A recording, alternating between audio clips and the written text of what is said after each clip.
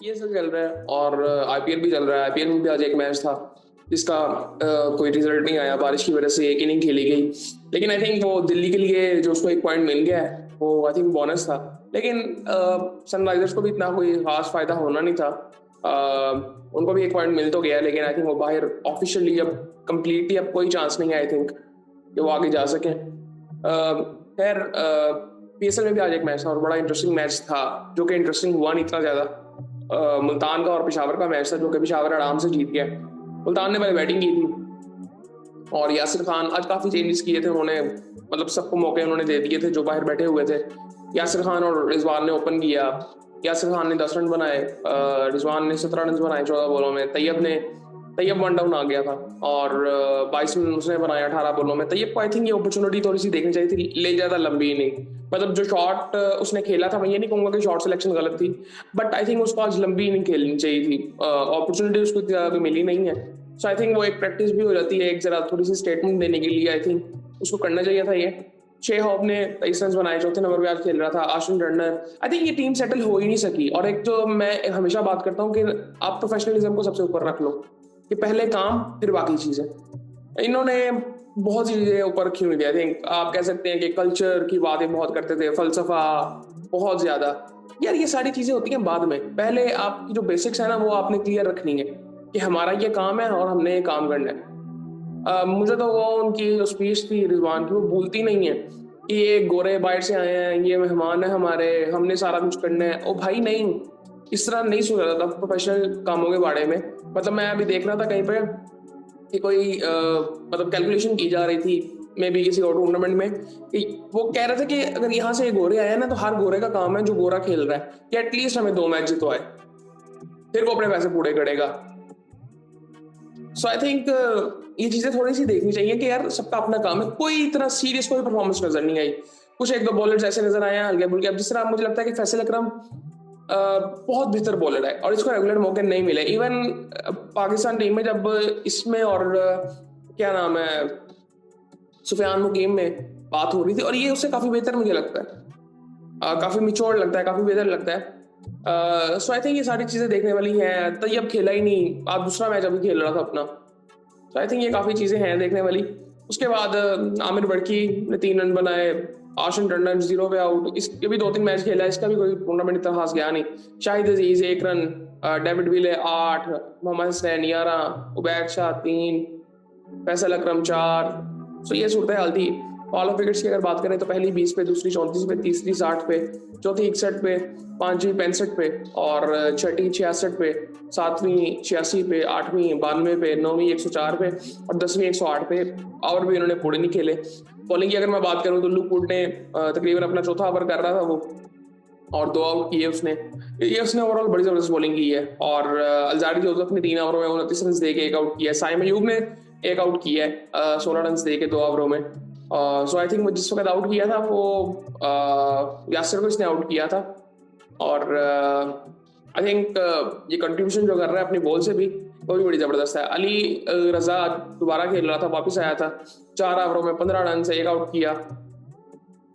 अहमद दानियाल ने 4 ओवरों में 17 रन 3 आउट किए। मास सदाकत ने 3 ओवर किए, 12 रन दे के 2 आउट उसने भी किए।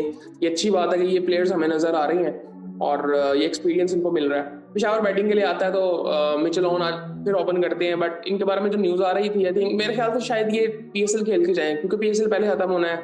मे बी प्ले के लिए उनको रखा गया हो। पता नहीं अभी क्या सूरत हाल है, लेकिन अभी आज तो फिलहाल खेल रहे थे ये। साइम अयूब ने 49 रन बनाए, अच्छी बात है ये। लेकिन मुझे ना थोड़े से ना, अगर आप पूरी इनिंग इसकी देखेंगे ना, शॉट्स उसने बड़े जबरदस्त लगाए, लेकिन मुझे थोड़ा सा ना स्टिफ लग रहा था। कि जिस तरह आप ये देखेंगे कि मुझे लग रहा था कि हाफ शॉट्स खेल रहा है, मतलब टाइम तो कर रहा है लेकिन कई शॉट्स कैसी लग रही थी जिसमें आउट भी हुआ, वो आप देखेंगे अगर। सो मुझे लगा कि हाफ शॉट था। और वो स्टिफ कई दफा बॉडी होती है आपकी और आप ट्राई जब कर रहे होते हो तो शायद उस वजह से, क्योंकि इससे पहले भी इसकी कोई इनिंग आई नहीं है ऐसी जहां पे इसने मतलब हाथ खोले हो अपने। लेकिन अच्छी इनिंग थी, आस्ता आस्ता ठीक हो जाएगा। 33 बॉलों में 49 रन बनाए, 148 का स्ट्राइक रेट था, 3 छक्के लगाए, 4 चौके लगाए, अच्छी शॉट्स लगाई थी। बाबर 8 रन बना के आउट हो गया था। अच्छा बॉल पड़ा था शाहिद अजीज का, बट आई थिंक मतलब बाबर है तो करना चाहिए था आई थिंक। और मैक्स ब्रियान ने 38 रन बनाए 20 बॉलों में। और हारिस आज देख ही रहा था 7 रन उसने बनाए, नॉट आउट था वो भी, तो आराम से ही जीत गए 110 इन्होंने कर लिया था 13 ओवरों में। इनकी फॉलो विकेट्स की अगर बात करें तो पहली 8 में गिरती है, दूसरी 57 में गिरती है, तीसरी 70 में गिरती है। That's it. बॉलिंग की अगर बात करें मुल्तान की तो डेविड विले 1 ओवर खेलते हैं, 9 रन दे के 1 आउट करते हैं। हसनैन ने 3 ओवर किए, 16 रन दे के कोई आउट नहीं किया। उबैद शाह ने 3 ओवरों में 43 रन दिए, कोई आउट नहीं किया। शाहिद उबैद को आज मार पड़ी है, आई थिंक इसी को उससे मार पड़ी थी साइम से। शाहिद अजीज ने 3 ओवरों में 17 रन दिए, 2 आउट किए। ये इसमें कुछ ना स्पार्क नजर तो आ रहा है, बट आई थिंक वही मैं भी कहूंगा कि रॉ लगता है थोड़ा सा। सो आई थिंक इस पे काम करने की भी जरूरत है, लेकिन बेहतर काफी लगता है। मतलब देख के इसको मजा आता है कि इसके अंदर जरा वो कहते हैं ना एक भूख, स्पार्क और एबिलिटी है।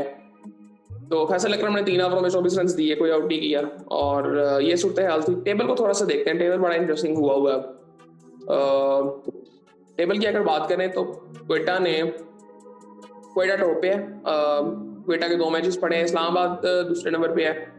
इस्लामाबाद के 10 पॉइंट है, क्वेटा के 11 पॉइंट है। एक बारिश की वजह से उनको मिला था। और कराची के भी 10 पॉइंट है, और लाहौर के 9 पॉइंट है, और पेशावर के 8 पॉइंट है। सो अगर तो बस वो लाहौर वाला मैच रह गया है, लाहौर पेशावर वाला मैच। और अगर पेशावर अपना एक मैच जीत गया, पेशावर को लाहौर वाला मैच जीतना है असल में, क्योंकि लाहौर हारेगा तो फिर खत्म हो जाएगी बात। लाहौर अगर वो मैच जीत गया और पेशावर अपना एक मैच हार गया तो फिर लाहौर के 11 पॉइंट हो जाएंगे। सो इसीलिए लाहौर और पेशावर वाला मैच बड़ा इंपॉर्टेंट है। आई थिंक वो भी 8-9 को वो मैच है मे बी। और आई थिंक वो मैच बड़ा इंपॉर्टेंट है, और देखते हैं क्या होता है फिर उसके बाद। मतलब वो एक तरह का प्ले ऑफ बन गया। सो ये सूरत हाल थी। अच्छा मैच हुआ है, लेकिन अच्छा काफी लोग बातें कर रहे थे आज।